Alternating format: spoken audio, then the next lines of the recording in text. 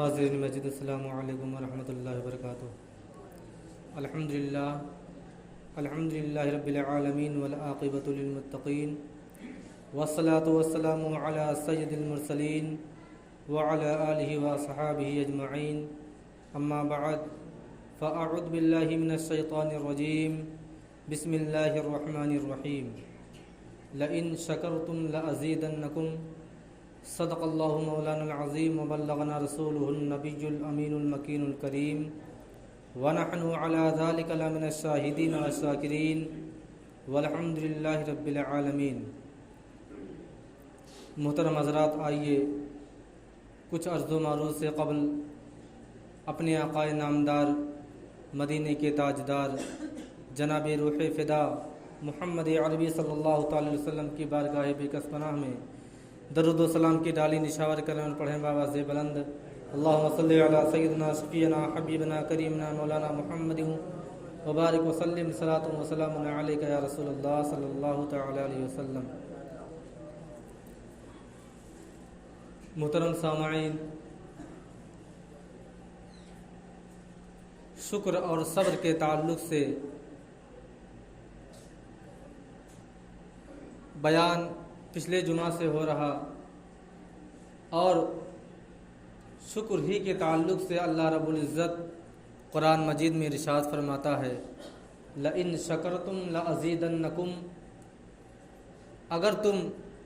شکر ادا کرو گے تو تمہیں رب پروردگار اور زیادہ عطا کرے گا۔ محترم سامعین، انسان کی ایک فطرت ہوتی ہے کہ اگر اللہ رب العزت نے اسے مال و دولت سے نوازا ہے، اسے دنیا میں بڑی زمیندار کا مالک بنایا، اسے دنیا میں رئیس بنایا، گھر اور مکانات عطا کیے، تو اگر کوئی غریب شخص یا اس کے دوست یا احباب جب اس شخص سے دریافت کرتے ہیں کہ تو بتا تیرا کیا حال ہے، تو اگر اللہ تبارک و تعالیٰ نے اسے زیادہ سے زیادہ مال و دولت عطا کیا ہے تو کہتا ہے میرے اوپر تو اللہ تبارک و تعالیٰ کا بہت فضل ہے، اس کا بڑا کرم ہے۔ سامنے والا سوچتا ہے کیا تجھے 5 وقت نماز کے علاوہ تہجد بھی ادا کرنے لگا ہے، اس چیز کا فضل ہے؟ کہتا نہیں، میں تو 5 وقت کی نماز بھی نہیں پڑھتا، لیکن بڑا فضل ہے اللہ کا، بڑا مال و دولت عطا کیا ہے، بڑی خوشحالی عطا کی ہے اللہ تبارک و تعالیٰ نے۔ سامنے والا پھر سوال کر بیٹھتا ہے، کیا تو جھوٹ نہیں بولتا؟ کیا تو ہمیشہ اللہ تبارک و تعالیٰ نے تجھے سچ بولنے کی توفیق دی ہے؟ کہتا نہیں، میں تو کبھی سچ بولتا ہی نہیں، میں تو ہمیشہ جھوٹ ہی بولتا ہوں، لیکن پھر بھی اللہ کا بڑا فضل ہے کہ مجھے اس نے مال و دولت عطا کیا ہے۔ غور کرنے کی بات یہ ہے کہ اللہ تبارک و تعالیٰ نے اس کو مال و دولت عطا کیا ہے تو بڑی تعریفیں کرتا ہے اور اس کا فضل بتاتا ہے، اور ایسی مال و دولت کو فضل بتاتا ہے کہ جس مال و دولت کو اس نے ہمیشہ اپنی زندگی میں حرام کمائی سے کمایا ہے، اور حد تو یہ ہو جاتی ہے کہ اکثر دیکھا جاتا ہے کہ لوگ نہ جانے کس کس طریقے سے، نہ کس اور ناجائز تعلقات سے پیسے اور روپے کماتے ہیں، اور شرم تو تب آتی ہے کہ جب لمبی کوٹھیاں بناتے ہیں، محل بناتے ہیں، اور محل کے سامنے لکھ دیتے ہیں ھذا من فضل ربی، یہ تو میرے رب کا فضل ہے۔ جبکہ انسان کی فطرت تو یہ ہونی چاہیے کہ جب اللہ تبارک و تعالی ہفتے میں جمعہ کے علاوہ اگر 5 وقت نمازوں کی پابندی کرنے کی توفیق عطا کر دے، تو جب اس شخص کے سے کوئی خیریت پوچھے، اس کا حال پوچھے، تب اس کو یہ کہنا چاہیے کہ اللہ تبارک و تعالیٰ کا بڑا فضل ہے، مجھ پر بڑا کرم ہے کہ اللہ تبارک و تعالیٰ نے ابھی تک مجھے صرف میرے دل میں اتنا ایمان پیدا کیا تھا کہ میں صرف جمعہ ادا کرتا تھا، اب تو اللہ کا اتنا فضل ہو گیا ہے کہ میں تو 5 وقت کی نمازوں کی پابندی بھی کرنے لگا ہوں۔ انسان کی فطرت یہ ہونی چاہیے، لیکن آج زمانہ کچھ اور ہی دیکھ رہا ہے۔ ہمیشہ اور وہی انسان اگر اللہ تبارک و تعالیٰ اس سے مال و دولت چھین لے اور غربت کی زندگی بسر کرنے لگے تو رب کا شکر ادا کرنے کے بجائے اگر کوئی اس سے حال اس کی خیریت پوچھ لے تو کہے گا اللہ تبارک و تعالیٰ نے تو مجھے میرے اوپر ظلم ڈھا دیا ہے، میرے اوپر رب پروردگار ذاتی کرتا ہے، مجھے غربت اور مفلسی میں زندگی بسر کرنے کے لیے پیدا کیا ہے۔ حالانکہ ایک انسان اور ایک مومن کی آواز یہ نہیں ہونی چاہیے، بلکہ اگر اللہ تبارک و تعالیٰ نے اسے مال و دولت سے شرفیابی عطا کی ہے تو ہمیشہ اس کا شکر ادا کرنا چاہیے، کیونکہ اللہ رب العزت خود ہی ارشاد فرماتا ہے لئن شکرتم لازیدنکم، اگر تم شکر ادا کرو گے اللہ تبارک و تعالیٰ تمہیں اور عطا کرے گا۔ بتانے کا مطلب یہ ہے کہ اگر اللہ تبارک و تعالیٰ کی بڑائی بیان کرنی ہے تو اپنے عبادت کے ذریعے اس کی بڑائی بیان کرو، کہ اگر اللہ تبارک و تعالیٰ نے آپ کو کبھی یہ توفیق دے دے کہ آپ کبھی کسی غریب کی مدد کر دیں، کبھی اللہ تبارک و تعالیٰ آپ کو یہ توفیق دے دے کہ آپ کسی مفلس اور ناتواں شخص کی مدد کے لیے آپ اس کے سامنے کھڑے ہو جائیں، تو اب آپ کے اوپر فخر ہونا چاہیے کہ اللہ تبارک و تعالیٰ نے اب آپ پر فضل عطا کیا ہے، اب آپ پر اللہ تبارک و تعالیٰ نے ساری نوازشیں عطا کر دی ہیں کہ آپ کو اللہ تبارک و تعالیٰ نے اس لائق سمجھا کہ تمام انسانوں میں صرف آپ کو چنا کہ ایک غریب کی مدد کرنے کے لیے آپ کو اللہ تبارک و تعالیٰ نے کھڑا کیا۔ لیکن انسان جب مال و دولت پاتا ہے تو اس کے نشے میں بڑے اور چھوٹوں کا ادب بھول جاتا ہے، چھوٹوں کی شفقت کو بھول جاتا ہے، نظر انداز کر دیتا ہے۔ لیکن اسی دنیا میں اللہ تبارک و تعالیٰ کے ایک ایسے برگزیدہ بندے آئے ہیں جن کو حضرت ایوب علیہ نبینا علیہ الصلوۃ والتسلیم کہا جاتا ہے۔ اللہ تبارک و تعالیٰ نے آپ کو دنیا کی ساری نعمتیں عطا کی تھیں، اللہ تبارک و تعالیٰ نے آپ کو ایسی دولت عطا کی تھی کہ آپ کی کئی نسلیں بیٹھ کر کھاتی تو ختم ہونے والی نہیں تھی، لیکن جب اللہ تبارک و تعالیٰ کو اپنے اس محبوب بندے کا امتحان لینا ہوا تو حضرت ایوب علیہ نبینا علیہ الصلوۃ والتسلیم کی ساری مال و دولت چھین لی گئی، صرف چند سالوں کے لیے، ہمیشہ کے لیے نہیں، بلکہ آپ کی آزمائش کے لیے چھینا گیا، کیونکہ شیطان کا چیلنج تھا کہ اے پروردگار تیرا بندہ تیرا شکر اس وجہ سے ادا کرتا ہے کہ تو نے اس کو دنیا کی ساری نعمتیں عطا کی ہے، تو نے اس کو مال و دولت عطا کیا ہے، اس وجہ سے تیرا شکر بجا لاتا ہے، اس وجہ سے تیرا شکریہ ادا کرتا ہے۔ تو اللہ تبارک و تعالیٰ نے شیطان کو یہ تسلط دیا تھا کہ جا اور میرے اس محبوب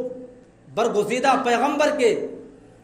مال و دولت کو میں تجھے چھیننے کی اجازت دیتا ہوں۔ اور بات بھی یہی ہوئی، پچھلے جمعہ کو میں نے کچھ بیان کیا تھا کہ حضرت ایوب علیہ نبینا علیہ الصلوۃ والتسلیم کی ساری مال و دولت کو چھین لیا گیا، پھر بھی آپ اللہ تبارک و تعالیٰ کا شکر اتنا ہی ادا کرتے تھے جتنا آپ پہلے ادا کرتے تھے، اور یہاں تک کہ اللہ تبارک و تعالیٰ نے حضرت ایوب علیہ نبینا علیہ الصلوۃ والتسلیم کو 16 اولاد، اور کسی روایت میں آتا ہے کہ 30 اولاد اللہ تبارک و تعالیٰ نے آپ کو عطا کیا تھا، اور تمام مال و دولت کے علاوہ انسان اگر کسی چیز سے محبت کرتا ہے تو وہ ہوتا ہے اس کی اولاد، یعنی انسان سب سے زیادہ مال و دولت کے علاوہ اپنی اولاد سے محبت کرتا ہے۔ اور جب حضرت ایوب علیہ نبینا علیہ الصلاۃ والتسلیم کی جو 16 اولاد تھی، 16 کے 16 لوگ اپنے ہی گھر میں اپنے ہی چھت کے نیچے دب کر سارے لوگ ہلاک ہو جاتے ہیں، انتقال کر جاتے ہیں، اس کے بعد بھی حضرت ایوب علیہ نبینا علیہ الصلاۃ والتسلیم نے نہ تو اللہ تبارک و تعالیٰ کی عبادت و ریاضت میں کمی کی اور نہ تو اللہ تبارک و تعالیٰ کا شکرانہ بجا لانے میں کوئی کمی اور تخفیف کی۔ آپ کی ہمیشہ یہی عادت تھی کہ آپ ہمیشہ اللہ تبارک و تعالیٰ کا شکرانہ ادا کرتے، ہمیشہ اللہ تبارک و تعالیٰ کی عبادت و ریاضت کرتے، اس کا شکر ادا کرتے۔ کہا جاتا ہے کہ حضرت ایوب علیہ نبی علیہ الصلاۃ والتسلیم نے ان 16 بیٹوں کی اپنے کاندھوں پہ اٹھا کر کے آپ نے ان لوگوں کا جنازہ اٹھایا اور اپنے ہاتھوں سے دفن کیا تھا۔ ایسا امتحان اللہ تبارک و تعالیٰ نے آپ کے ساتھ لیا، اور ہر ایک امتحان میں اللہ تبارک و تعالیٰ نے اپنے برگزیدہ بندے کو کامیاب اور کامرانی پایا، یہاں تک کہ آخری وقت میں جب شیطان ہر حربہ استعمال کر کے عاجز آ جاتا ہے اور سوچتا ہے ان پر کوئی حربہ استعمال نہیں کیا جا سکتا، تو پھر اللہ تبارک و تعالیٰ نے کہا کہ اے شیطان، تجھے ان کی مال و دولت کے علاوہ میں تجھے ان کے بدن پر بھی تسلط دیتا ہوں۔ صرف اور صرف یہ امتحان تھا، ایسا نہیں کہ اللہ تبارک و تعالیٰ نے ساری طاقت و پاور، سارا قوت شیطان کو دیا تھا، ایسا نہیں، بلکہ یہ تو دنیا کو دکھانے کے لیے ایک امتحان تھا۔ اور شیطان سے اللہ تبارک و تعالیٰ نے کہا کہ صرف میرے برگزیدہ بندے کی 5 چیزوں کو چھوڑ دینا، صرف اور صرف 5 چیزوں کو چھوڑ دینا، باقی تجھے پورے جسم پر تسلط دیتا ہوں، تو جو چاہے کرے ان کے ساتھ۔ 5 چیزیں کیا تھیں؟ زبان، آنکھ، عقل، اور آپ کی عقل تھی، کیونکہ کسی بھی انبیاء کی عقل کو کبھی مارا نہیں جاتا، کیونکہ انبیاء تو وہ ہوتے ہیں کہ اگر سو جائیں تب بھی بیداری کے عالم میں رہتے ہیں۔ شیطان لعین نے اور ابلیس نے تمام بڑے بڑے کافر جناتوں کو اکٹھا کیا اور حضرت ایوب علیہ نبی علیہ الصلاۃ والتسلیم کی ناک میں پھونک ماری جاتی ہے، آپ کے بدن میں جیسے آگ لگ جائے، آپ غش کھا کر زمین پر گر جاتے ہیں، بے ہوش ہو جاتے ہیں، اور آپ کو جب ہوش آتا ہے تو آپ کا سارا بدن جیسے اندر سے جل رہا ہو، جیسے کوئی کانٹا چبھ رہا ہو، ایسے معلوم ہوتا تھا۔ اور روایت میں آتا ہے کہ آپ کو بدن میں ایسی کھجلاہٹ ہوتی تھی کہ آپ کے ناخون 10 انگلیوں کے ناخون آپ کے کھجلاتے کھجلاتے جھڑ گئے تھے، پھر بھی اللہ تبارک و تعالیٰ کا ہمیشہ آپ شکر ادا کرتے تھے۔ ایسی بیماری میں آپ نے نہ تو کبھی نماز کو ترک کیا اور نہ اپنی کبھی عبادت کو ترک کیا، ہمیشہ اللہ تبارک و تعالیٰ کی ایسی بیماری میں بھی عبادت و ریاضت کرتے تھے اور ہمیشہ اللہ تبارک و تعالیٰ کا شکر ادا کرتے تھے۔ اور جب آپ کے 10 انگلیوں کے ناخن جھڑ جاتے ہیں تو آپ زمین میں کوئی پتھر پڑا ہوا دیکھتے تو اس سے اپنے بدن کو کھجلاتے تھے، اور یہاں تک کہ جب 18 سال کا وقت گزر جاتا ہے تو آپ کے جسم پر گوشت کا ایک لوتھڑا بھی نہیں تھا، صرف ہڈیاں ہی ہڈی تھیں، اور اس وقت بھی شیطان آپ کو بہکانے کی کوشش میں تھا، آپ کو اللہ تبارک و تعالیٰ کی عبادت و ریاضت کرنے کے بہکاوے میں تھا کہ کسی طرح یہ حضرت ایوب علیہ نبی علیہ الصلاۃ والتسلیم اللہ تبارک و تعالیٰ کا کی ناشکری ادا کر دیتے تو میں اپنے اس عمل میں کامیاب ہو جاتا، لیکن اللہ تبارک و تعالیٰ نے آپ کو ایسا جاہ و جلال عطا کیا تھا آپ کو اللہ تبارک و تعالیٰ نے